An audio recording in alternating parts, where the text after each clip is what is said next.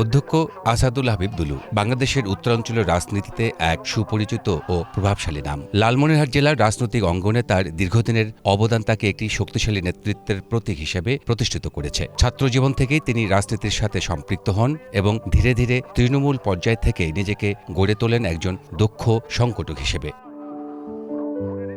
তার রাজনৈতিক জীবনের শুরুটা ছিল সংগ্রামমুখর। সাধারণ মানুষের সাথে নিবিড় যোগাযোগ, দলীয় কার্যক্রমে সক্রিয় অংশগ্রহণ এবং সাংগঠনিক দক্ষতার মাধ্যমে তিনি দ্রুত স্থানীয় পর্যায়ে জনপ্রিয়তা অর্জন করেন। পরবর্তীতে বাংলাদেশ জাতীয়তাবাদী দল বিএনপির বিভিন্ন গুরুত্বপূর্ণ দায়িত্ব পালন করে তিনি আজ কেন্দ্রীয় কমিটির রংপুর বিভাগীয় সাংগঠনিক সম্পাদক পদে আসীন।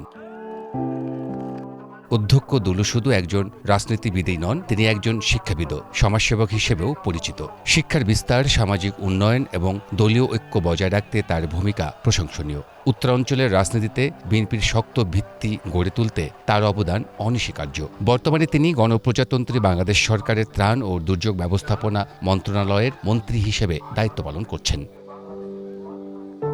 আসাদুল হাবিব দুলুর রাজনৈতিক ক্যারিয়ারের অন্যতম সফল সময় ছিল 2001 থেকে 2006 সাল। তিনি 1986 সালে বিএনপিতে যোগদান করেন এবং 2001 সালের অষ্টম জাতীয় সংসদ নির্বাচনে লালমনিরহাট 3 আসন থেকে সংসদ সদস্য নির্বাচিত হন।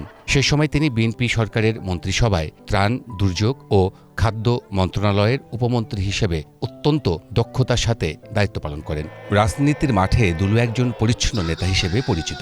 বিশেষ করে লালমনিরহাটে বিএনপিকে সুসংগঠিত করতে এবং দলীয় কর্মীদের ঐক্যবদ্ধ রাখতে তার অবদান অসামান্য। 111 পরবর্তী সময় থেকে শুরু করে ত্রয়োদশ জাতীয় সংসদ নির্বাচনের আগ পর্যন্ত কারাবরণসহ অসংখ্য রাজনৈতিক মামলার সম্মুখীন হয়েছেন।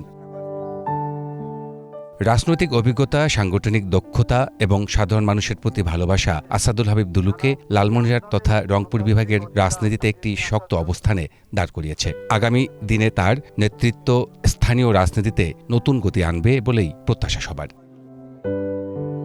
জুয়েল আহমেদ, বাংলাভিশন, রংপুর।